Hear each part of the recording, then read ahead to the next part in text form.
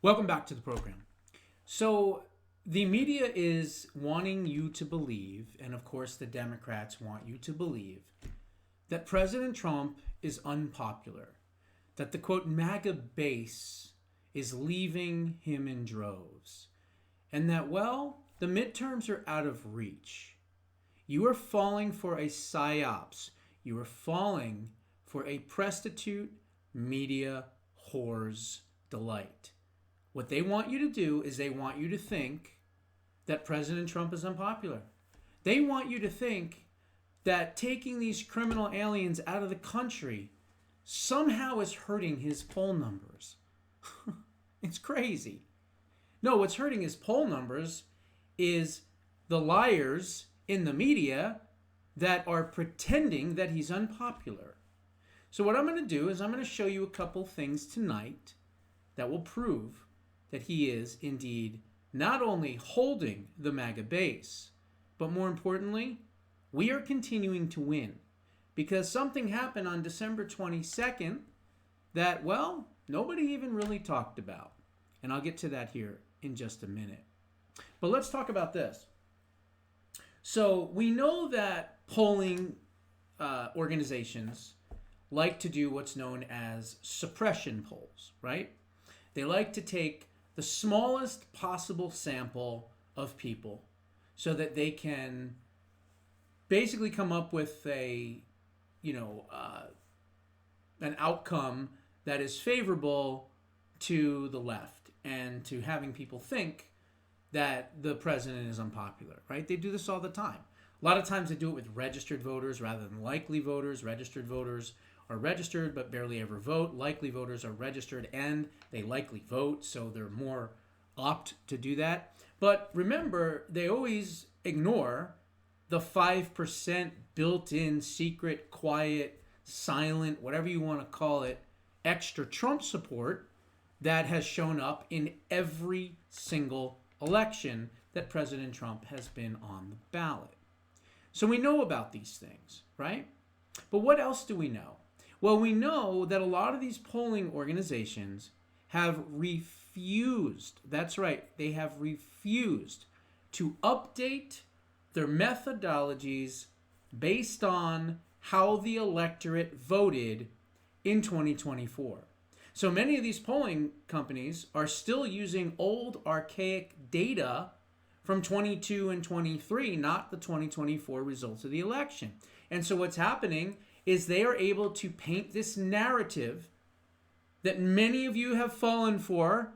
Yes, you know who I'm talking about. I've pointed it out to you in the comment section. I'm not going to name names, but you know who you are. And a lot of you are falling for this. You're saying, my God, what's happening? We're going to lose the midterms. Everything is going to hell in a handbasket. And I've been saying what? Don't worry. It's too early. And now, not only is it don't worry, it's too early, but now it's aha, we got them again, okay? Trump is entering the new year with impressive poll numbers. President Donald Trump continues to shatter expectations with impressive approval ratings, even among pollsters with clear biases against him. The latest Gallup poll, now Gallup is not pro-Trump. Gallup is very far to the left, and they have been for 30, 40, 50 years. The new Gallup poll has the president with a 90% approval among Republicans. Oh, but I thought the MAGA base was pissed. I thought MAGA was deserting the president in droves. I thought he was down to 55, 60%. That's what they're making you think, right? No, 90%, and this is left-leaning polling, so add another 5% to that, okay? Let's call it what it is. 95, 96, even 97% support from the MAGA base. So then it says, strong results that demonstrate the president's resilience among his own party. But the 90% figure does not tell the whole story. It believes even deeper indicators of support for the president, and not just from within his own political coalition. The president's ongoing approvals are made more favorable by the fact that Gallup is not exactly known to be, again, a pro-Republican or pro-Trump polling organization. And historically, they have been selectively targeting people who disproportionately do not vote for Republicans. In other words, they oversample Democrats, 5%, 10% I've seen, 12%, but it's usually anywhere between 5 and 7%, okay? What's more is that the inherent biases that are built into the Gallup polling, which drives most major so-called reputable pollsters, including Gallup, are readily on display in the data set and factors that they use to account for presidential popularity. For instance, a comprehensive breakdown of how Gallup routinely conducts its polling and the strategies reveal that no significant changes have been made since 2020. So they are still going with the stolen election results of 2020 when Joe Biden didn't win the election, we know, right? And they're still using their methodology from 2020. And it's now 2026. So they are 6 years out of date, okay? Since 2020, the Republican Party has gained at least 2.4 million new registered voters across 30 states that track party affiliation, reflecting ongoing strong enthusiasm for the Republican Party and in particular for President Trump and his political agenda. At the same time, the Democrats, who since Franklin Delano Roosevelt have reigned as the dominant party throughout much of the 20th and even the 21st centuries, have lost significant footing in the broader body politic, losing by one estimate roughly 2.1 million registered voters since 2020 alone. And that's a low figure. That number's probably 2.7, 2.8, 2.9 million by now. This switch in voter registration represents a 4.5 million net swing to the Republican Party overall, a staggering swing. And because these trends occurred in the Trump era, they are indicative of the resilience and growing momentum for the president and the MAGA movement. Oddly enough, despite these dramatic changes in voter registration, Gallup has made no significant changes to its data set or methodology during this time period. Instead, baking in the long-standing and increasingly outmoded assumptions about the Democratic Party being the preponderant force in American politics. Beyond just that, Gallup has also now factored into its overall analysis of voter engagement. Specifically, Gallup still routinely fails to account for the fact that Trump voters will more frequently turn out to the polls than their Democratic counterparts, though they are less trusting of pollsters as well, and they will not typically answer polling questions from pollsters. Republicans and Trump voters typically don't do that. That's why in all these elections, they're 4, 5, 6% off, because there are millions of us that don't trust these pollsters, and so therefore we keep them in the dark. And if someone calls us and they want to do a poll for us or something like that, we either hang up or we give them false information because we want to throw them off. And Republicans have been doing that for years. So then it says, to say nothing of the dwindling share of Republicans who belong in the Liz Cheney and Adam Kinzinger cohort of registered Republicans who nevertheless oppose the president. But that group is so tiny, it barely shows up in the polling at all. Gallup's adherence to an outdated methodology has for years artificially dragged President Trump's approval numbers down and made them lower than where they actually really stand. It is for this reason that the pollsters have by and large gotten recent election forecasts completely wrong, grossly overstating the Democratic share of the electorate, who wind up repeatedly not showing up for Election Day because they do not exist. In other words, these polling companies are making these things up. They're trying to tell you, they're trying to suppress your support. They're saying that President Trump and MAGA and everything else is on its way out. And all it is getting stronger and stronger every election cycle. The incorrect polling is not simply a question of incompetency in their methodology, though it is that, but one can further argue and suggest that this is grave disingenuousness on the part of these pollsters.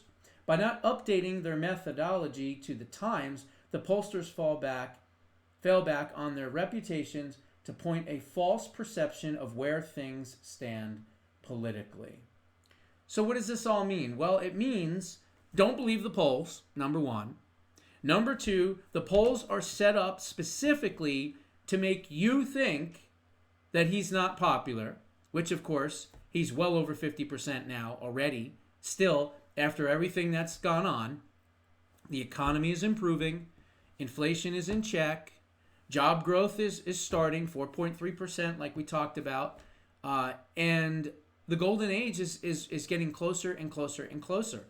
And so this doom and gloom that we're going to get wiped out. Look, I watched some of the stuff on Tucker Carlson and Matt Gaetz. I don't believe either one of them. Because I'll be honest, I think, quite frankly, that they're not factoring in the fact that a lot of these people that they're polling are oversampled Democrats, are registered voters, are small sample sizes, and quite frankly, they're using old methodology. And if you're using old methodology, then you're not getting a current look at the breakdown of the electorate. So sorry, Matt Gaetz, and sorry, Tucker Carlson, but you are all wrong, okay? And not just wrong, but you're as wrong can be. So at this point, I would tell people, relax, wait, watch what happens. We're starting the new year. It's going to be great. And the other thing I want to talk about is these special elections. Okay, New York is obviously as bright blue as you could possibly get. Okay, Mamdani won there. Well, he probably had a lot of voter fraud, of course, right? But so what? So he won, and it was in New York. Virginia has not been a even purple state in, I don't know, probably 30 years, 25, 30 years. When was the last time a Republican won Virginia? I don't even know. Was it maybe 2000 with Bush v. Gore, or was it 2004 with Bush and Kerry? I don't think after that, because I'm pretty sure Hillary won in 2008 in Virginia for the primary, and then Obama won for the general in 2008, and then Virginia went blue in 2012, Virginia went blue in 2016, Virginia went blue in 2020. So the fact that they won Virginia, where all of D.C. lives, is really not a shocker, okay? And what was the other one? There was one other state, I can't even remember, and honestly, it doesn't matter. Then we had the chance to go to a red state, and what happened? The Democrat got wiped out, okay? They lost by 9 percentage points, and normally, with Trump on the ballot, it's 22%, but with Trump off the ballot in off years, it's 10%. So what did we lose in that election? 1%, and it was a special election with really, really low turnout, right? Well, let's move to another red state. And this happened, nobody's even talking about it, but this happened on December 22nd. South Carolina Republicans sweep. That's right, sweep special elections, okay? South Carolina Republicans won all 3 special elections in the state's legislature on Tuesday. So this would have been Tuesday, and then I guess Wednesday would have been the 23rd, Thursday the 24th, Friday, is that right? I think? Yeah, somewhere around there. So just a couple of days ago, 4 or 5 days ago, whatever it was, with the party saying that the results sent a clear message. Representative John Lastinger, Diane Mitchell, and Senator Lee Bright. Now, I know Lee Bright. I've known Lee Bright for many, many years. We spoke together in Myrtle Beach, South Carolina at the Tea Party Convention in 2019, I think it was. So I knew him, and then I knew him even before that. He used to watch my show. But anyway, Lee Bright all handily won their races. But again, only 8,729 ballots cast. So we're still asleep. I'm not saying that everything is hunky-dory and it's rosy and peachy. No, we're actually not engaged in the process like the left is. So yes, there is potential for us to lose the midterms if we're not engaged in the process. But at this point right now, that doesn't show. And even in these lower turnout elections, Republicans cared enough in South Carolina to come out to the polls, even though it was low turnout, and it was higher turnout for Democrats, but they swept all these races. Lastinger, who's a pastor, beat Democrat retired Army Colonel Joseph Chuck Hightower 62% to 37%, with less than 1% going to write-in candidates. Voter turnout was low, with just about 7% of registered voters in State House District 21 and 88 and State Senate District 12 casting ballots. Republicans won all three special elections, and that success belongs to the voters who showed up, South Carolina Republican Party wrote on X. Today, Republicans won all three special elections, and that success belongs to the voters who showed up. While Democrats hoped low turnout would hand them a win, Republicans proved them wrong at the ballot box. We didn't sit this one out. We showed up, we voted, and we protected our already large majority. Okay? So that was in South Carolina just the other day. And now, I want to end this segment, I'm just going to do this one tonight, with this. They want to say that Hispanics and Hispanic voters are upset with the president and are anti-ICE. That's what they want you to believe. They want you to see and they want you to think that these ICE agents that are going into these blue cities and they're rounding these people up and they're taking them down and they're arresting them and they're getting them out of the country, they want you to think that somehow that's hurting the support of the Hispanic vote right now. It's not. Now, why do I say that? Well, if you do a little research, as I just did, almost 50% of all Border Patrol agents are Hispanic. Now, why would that be? Why would that be?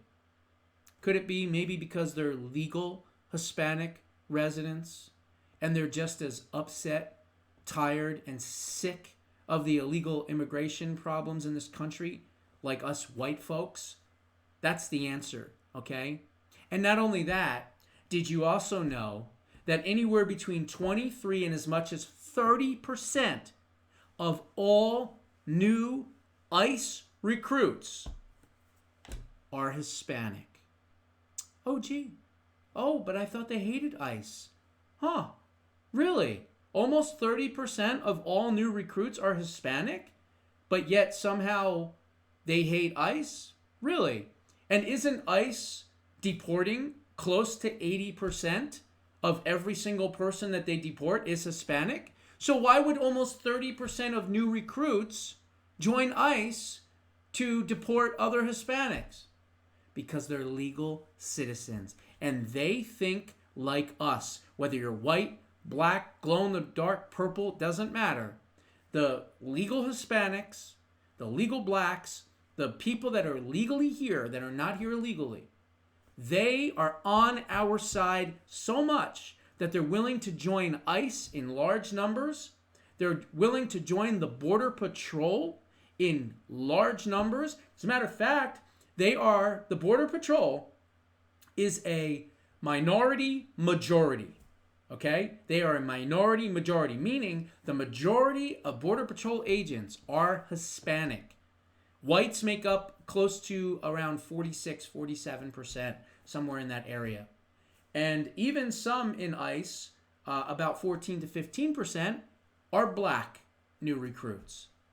So I'm pointing this out for a reason, because the lie, the psyops that you've been told, and many of you sadly are buying it because I see the emails in the comments, and you're worried about the midterms and everything else. You think that President Trump is losing Hispanic support. You think that he's unpopular. You think that the MAGA base is leaving.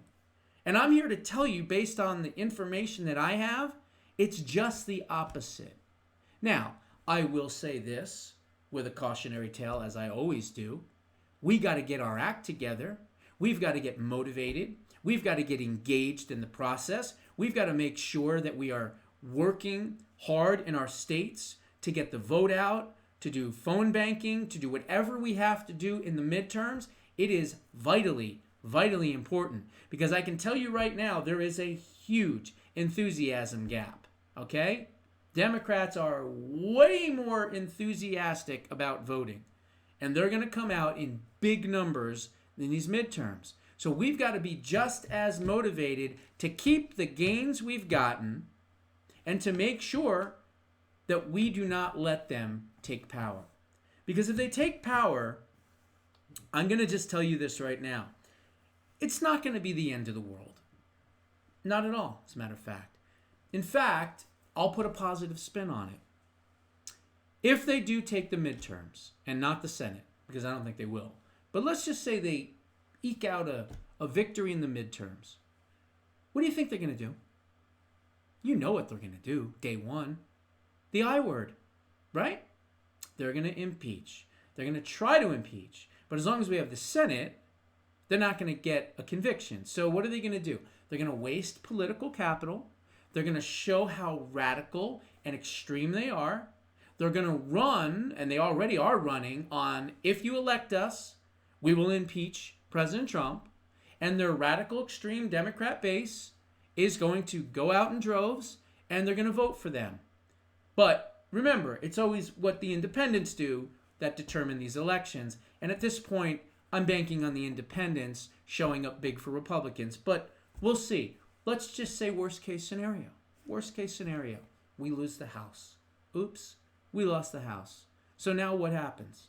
The left goes apeshit, and they start trying to impeach President Trump. Let's see. How did that work out for them last time when they tried to impeach him? Didn't work out for him very well. What happened when they dropped 91 indictments on him? Didn't really work out for them too well, did it? No, you know what happens? The American people, which are expecting the American people, when I say the American people, I'm not talking about the Democrats. I'm talking Republicans, independents, everybody else that's not into the political realm of things on a daily basis. If the Democrats were to take power, they're expecting the Democrats to work with the Republicans, not to fight them tooth and nail. Now, the Democrats want them to fight them tooth and nail. Obviously, that's why they went out and voted for them, right? But let's just say they do it. And let's say they start trying to impeach him. You know what's going to happen? The people are going to be turned off again, and J.D. Vance is going to win a huge victory in 2028. So the radicalness of them possibly winning the House in the midterms will actually work in our favor because they can't help themselves. And their crazy base wants them to impeach the president. So if they then get into power and all of a sudden they decide not to impeach the president, the crazy base isn't going to be happy with that, right? Do you see what I'm saying? So you got to understand that we're in a good situation regardless, okay? I still think at this point it's way too early to even talk about losing the House. I think we're going to be fine. I think we're going to win the House, the Senate, and we're going to increase our numbers. That's what I think, because I think the economy, once it rolls around, is going to dictate everything. And if we can get some money out and the Supreme Court does the right thing and we can get some of these tariff rebate checks out and things like that, I think we're going to be fine. Okay? Bessent's already talking about the largest tax returns in U.S. history for 2026. So cool your jets, calm down, take a deep breath, relax. Bottom line is, it's not doomsday. It's not the end of the world. We're still in power. We're still kicking ass. And guess what? January is coming up next week, and we're going to see even more and more and more good news. So stay positive and stay tuned. Those are my thoughts. What are yours? Put them down in the comments below. We'll see you in the next one.